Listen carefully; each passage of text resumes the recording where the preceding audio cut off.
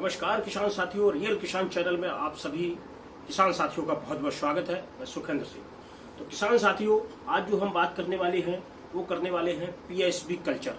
PSB culture क्या होता है, कैसे काम करता है, जिसको हम लोग बिल्कुल ही अनभिज्ञ समझते हैं, पीएसबी कल्चर को बिल्कुल वैल्यू ही नहीं देते हैं।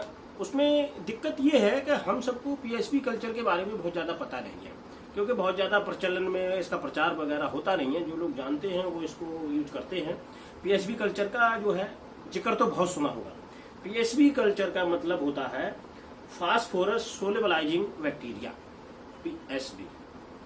अब ये सोलेबलाइजिंग बैक्टीरिया क्या है कि जितनी भी अभी तक हम लोग जो है कोई भी उर्वरक अगर खेत के अंदर डालते रहे हैं तो वो क्या होता है, एक फिक्सिंग लेयर बना लेती है।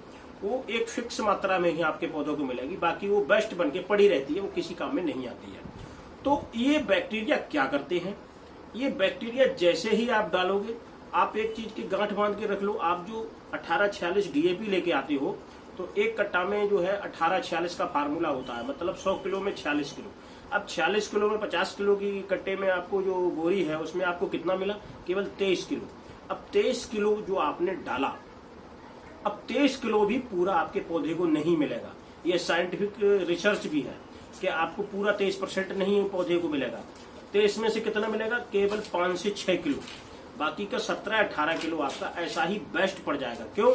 जब तक पौधा उसको खाएगा तब तक जमीन अपने में उसको समेट लेती है, और जमीन जब समेट लेती है तो उसी प्रक्रिया में वहीं की वहीं पड़ा रहता है। इसीलिए हमारी जो जमीन है वो एसिडिक हो गई है, रसायन से जो है ग्रस्त हो गई है, क्योंकि वो फिक्स मात्रा में अवेलेबिलिटी से ज्यादा पड़ा हुआ है।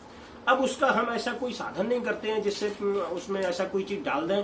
वो जो 17-18 किलो हमारी बेस्ट गई है उसको कोई ऐसी चीज डालें जिससे वो घुलनशील बनने के बाद और हमारे पौधे को मिल सके। वीडियो थोड़ा लंबा हो जाएगा लेकिन समझाना जरूरी है, क्योंकि अधूरी जानकारी से फ्यूचर नहीं बनता। पूरी जानकारी लोगे तभी। स्किप करके देखोगे तो आपको कोई फायदा नहीं वीडियो देखने का, उससे तो बढ़िया आप देखो ही ना, है ना, क्योंकि स्किप करने से कोई फायदा नहीं होता। कोई जानकारी कहीं पॉइंट रह जाता है, कोई वैसे रह जाता है, तो वो नहीं होना चाहिए। अगर थोड़ा सा आप 2 मिनट का वीडियो देख लेते हो तो 10 मिनट का भी देखने में कोई परेशानी नहीं है। तो हम जो बात करने वाले हैं पीएसबी, फास्फोरस सोलेबलाइजिंग बैक्टीरिया के ऊपर। तो बैक्टीरिया कैसा होता है वो मैं आपको दिखाता हूँ। मैं ब्लॉक से बिल्कुल फ्री ऑफ कॉस्ट लेके आया हूँ, आप लोगों के भी ब्लॉक में मिल सकता है। हमारे यहाँ सरसों के सीजन में मिला था, मैं इकट्ठे 50-60 पैकेट उठा के ले आया था ब्लॉक से। ये 200 ग्राम में मिलता है ब्लॉक से। अब मैं क्यों ज्यादा ले आया, न तो ब्लॉक वाला समझाने वाला था इसको किसानों को, और न कोई किसान इसको पूछने वाला था। कोई पूछ ही नहीं रहा था। जब मैं गया तो ऐसे ही पड़ा था। मैंने कहा क्या है, बोला कुछ नहीं, पाउडर है, इसमें मिला के डाल दे। उसने भी मुझे कुछ नहीं बताया।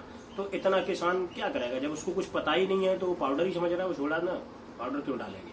तो वो नहीं, मैं गया, मेरे जिस समझ आया, मैंने देखा ये तो पीएसबी कल्चर है, मैं उसमें से भर लाया। तो ये 200 ग्राम का। अब आप इसको देखिए, पीएसबी कल्चर, इसको हम कई तरीके से यूज कर सकते। इसका जड़ शोधन भी कर सकते हैं, बीज उपचार भी कर सकते हैं, और अपने फील्ड में भी दे सकते हैं। जड़ उपचार के लिए हमें क्या करना है कि जड़ उपचार के लिए 20 से 25 लीटर पानी ले लो, उसमें ये एक पैकेट घोल लो। घोलने के बाद 10 मिनट तक उसमें जड़ें डुबाओ, उसके बाद उसको लगा दो। तो क्या है कि जड़ों में जो भी हमारी उर्वरक फालतू की पड़ी होगी उसको घुलनशील अवस्था में बना के फास्फोरस वगैरह उसको देती रहेगी, तो पौधा इतना कमजोर नहीं होगा। आपने सपोज करो नहीं डाल पाए, एक मूंगफली का रिजल्ट मैंने आप लोगों को दिखाया है पीछे भी, कि मैंने मूंगफली में माइक्रोराजा पीएसबी कल्चर डाला है, कोई उर्वरक नहीं डाली प्रैक्टिकल के लिए। वो मूंगफली अव्वल दर्जे की हो रही है, सबसे ज्यादा अच्छी। वो 2 हमने जो कनातें लगाई थी वो सबसे बेस्ट है खेत के अंदर, और जिसमें उर्वरक दे रहा हूँ वो इतनी बेस्ट नहीं है। अब पीएसबी कल्चर उसमें घोला है मैंने कल, तो शायद अब वो उसी कंडीशन में आए, लेकिन उसमें मैंने पीएसबी कल्चर और माइक्रोराजा डाल दिया था। उसकी बदौलत पौधे ने बम्पर ग्रोथ की है।